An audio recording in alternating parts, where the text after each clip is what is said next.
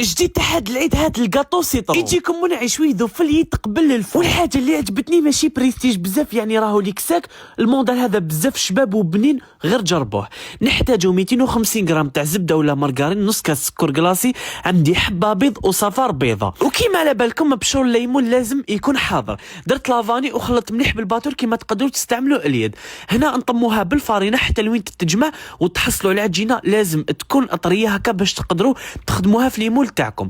هنا رحت جبت المول تاعي، شوفوا المول هذا راهو اللي كيتباع ومتوفر، وانتم لا كان عندكم اي موديل تاع ليمول تاع الكوكياج ولا اللي حبيتو اخدموا به وطيبتوه انا على 150 درجه. الكريمه الزبده بذوق الليمون نحتاجو 200 غرام زبده، وهنايا عندي الكرانشي مغرفه تكون معمره كبيره يعني. هنا زدت لها عصره تاع الليمون وزدت لها زوج مغارف شونتي تعطي لي هذاك القوام الكريمي وتزيد لي في هذاك الفولي. وهنا الكاطو تاعكم ما تخلوهش يتحمر بزاف.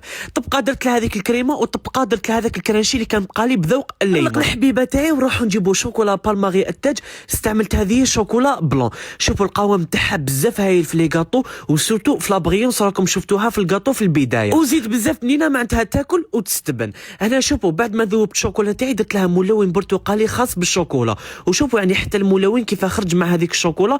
هنا ما تخلوهاش فونزي بزاف باسكو كي تغلاصيوها وتبرد راح تعطينا هذاك اللون الاصفر. جربوا الغاطو تاعنا تاع نهار اليوم ونتلاقاو في غسال جديده. سلام.